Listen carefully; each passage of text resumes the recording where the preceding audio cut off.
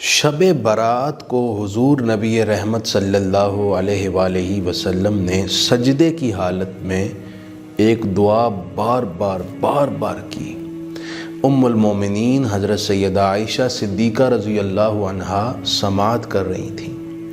صبح کے وقت حضور نے حضرت سیدہ عائشہ کو فرمایا کہ عائشہ یہ دعا آپ یاد کر لیں اور دوسروں کو بھی سکھائیں۔ اس دعا کی اہمیت کا اندازہ آپ اسی سے کر لیجئے۔ ام المومنین نے یہ دعا پھر خواتین کو بھی سکھائی اور پوری امت تک بھی پہنچائی۔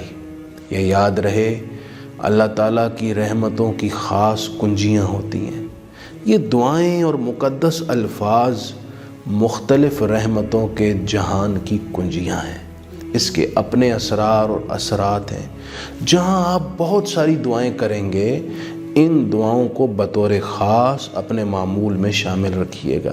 وہ دعا یہ تھی: اللہم اعوذ بعفوک من عقابک واعوذ برضاک من سخطک واعوذ بک منک جل وجہک لا احصی ثناء علیک کما اثنیت علی نفسک۔ اور ام المومنین فرماتی ہیں کہ جب نبی پاک علیہ السلام نے سجدے سے سر اٹھایا تو آپ نے ایک دعا اور بھی کی تھی۔